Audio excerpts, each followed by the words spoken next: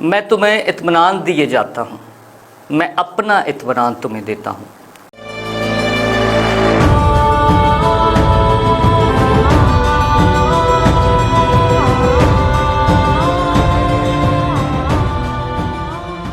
मसीह यीशु में मेरे अजीज़ों, ये खुदावंद यीशु मसीह के वो अल्फाज हैं जो उसने अपने शागिर्दों से जाते वक्त अपनी ज़िंदगी के ज़मीनी ज़िंदगी के आखिरी अयाम में कहे।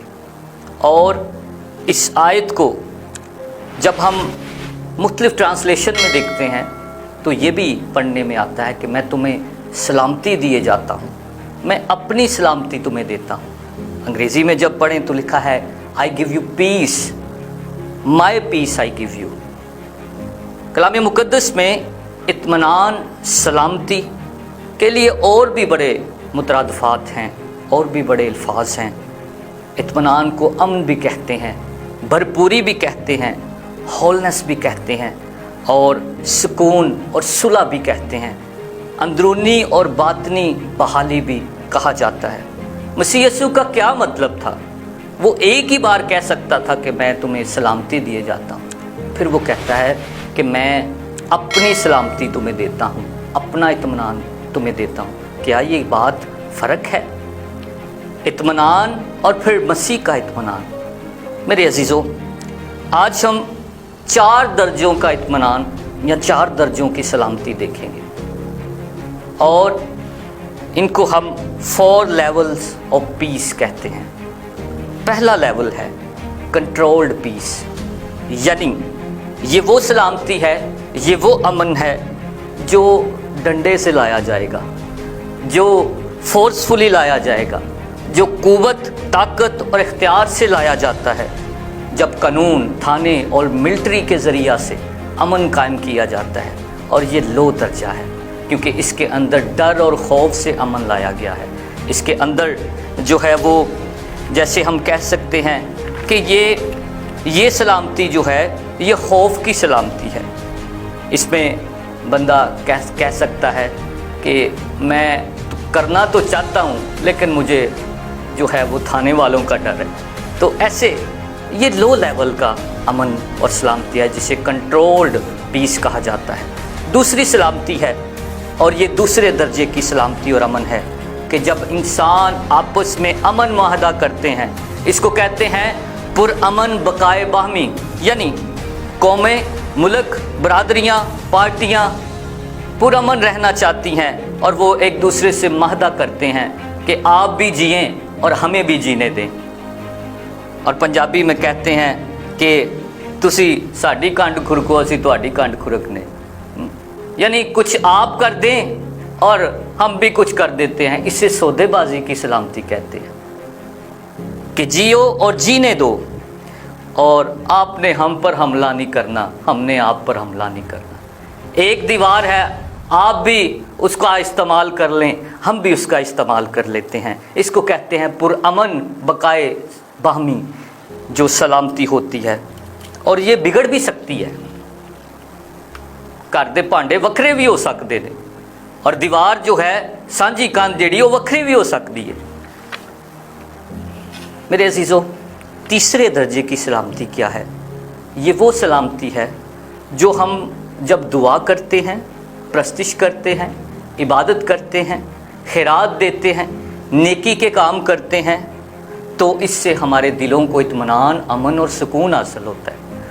हम अक्सर कहते हैं कि आज खुदा को याद किया, मेरे दिल को बड़ा सुकून मिला, इत्मीनान मिला, अमन मिला है। तो ये वो सलामती, अमन और इत्मीनान है जो हमने खुद अपनी कोशिश से, इबादत करके, दुआ करके, भलाई के काम करके, नेकी के काम करके पैदा की है। और इससे पहले कि मैं चौथे दर्जे की जो मसीह की सलामती है पेश करूं, मैं ये कहना चाहूँगा कि ये तीनों सलामती, यानी जो अमन के ज़रिया से, यानी कि कंट्रोल्ड पीस वो, और उसके बाद सलामती बकाए बाहमी, और उसके बाद जो हमारी कोशिश से सलामती हैं ये ऊपर नीचे होती रहती हैं, ये शेकी हैं, ये डावाडोल जो हो सकती हैं। और यानी कि डंडे से जो सलामती लाई गई है वो डिस्टर्ब हो सकती है। और उसके बाद अमन बकाए बाहमी जो है, ये सलामती भी किसी एक ने नहीं किया तो फिर दूसरा नहीं करेगा। और तीसरी सलामती भी, वो भी उतार चढ़ाव उसमें आ सकता है, क्योंकि जब हमारे अंदर का अमन जो है छोटी छोटी बातों से ख़राब होता रहता है। मिसाल के तौर पर घर में सालन के अंदर नमक जो है वो ज़्यादा हो गया तो सलामती बाहर हमारी फ़ौरन छोटी छोटी बातों से, किसी ने सलाम नहीं किया तो हमने कहना है कि उसने सलाम नहीं किया, ये सलामती भी, अंदर का अमन और सलामती बर्बाद होगी। लेकिन मसीह यीशु कहता है कि मैं तुम्हें अपना इत्मीनान दिए जाता हूँ। वो इत्मीनान क्या है?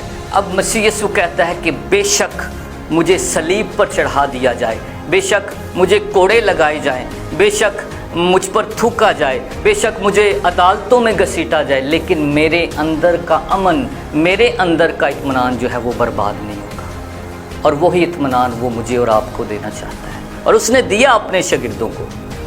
और बाद में आप देखते हैं कि रसूलों की ज़िंदगी को मसीह क्या कहता है कि मुझे जो है वो कील और कांटे लगा दिए जाएं, फिर भी मेरे अंदर का अमन बर्बाद नहीं होगा।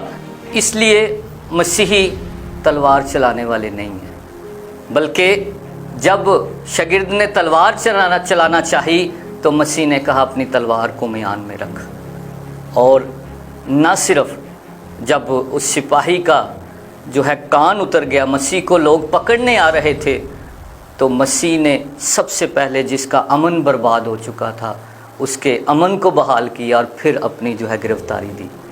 मेरे अजीज़ों, हमारे अंदर मसीह का दिल धड़कता है, हमारे अंदर मसीह का लहू जो है वो गर्दिश करता है। इसलिए मसीह का इत्मीनान मसीहियों के अंदर काम करता है। हम जंग करने वाले नहीं हैं, बल्कि अमन के बानी के मानने वाले हैं। वो जब पैदा ही हुआ तो फरिश्तों ने ये नगमा गाया और ये पैगाम दे दिया कि आलमे बाला पर होशना और ज़मीन पर नेक इरादे के आदमियों के लिए सुलह है, सलामती है। और जब वो अपने शागिर्दों से रुखसत हो रहा था तब भी उसने कहा कि मैं तुम्हें अपनी सलामती, अपना इत्मीनान दिए जाता हूँ। और जी उठने के बाद भी वो कहता है कि तुम्हारी सलामती हो। इसलिए मेरे अजीज़ों, वो जब सलामती की बात करता है, अमन की बात करता है, तो वो उसने हमें ये सिखाया कि दुश्मनों से प्यार करो, सताने वालों के लिए दुआ करो, दुश्मनों का भला चाहो, बरकत चाहो जो तुम्हें सताते हैं। इसलिए मसीह के इत्मीनान को, मसीह की सलामती को, मसीह की बहाली को हमने दूसरों तक पहुंचाना है। मैं दुआगो हूँ कि खुदावंद की सलामती हमेशा आपके साथ रहे और आपके वसीले से उसका इत्मीनान, उसकी सलामती दूसरों तक पहुँचे। खुदावंद आज के ख्याल के वसीला से आप सबको बड़ी बरकत दे। आमीन।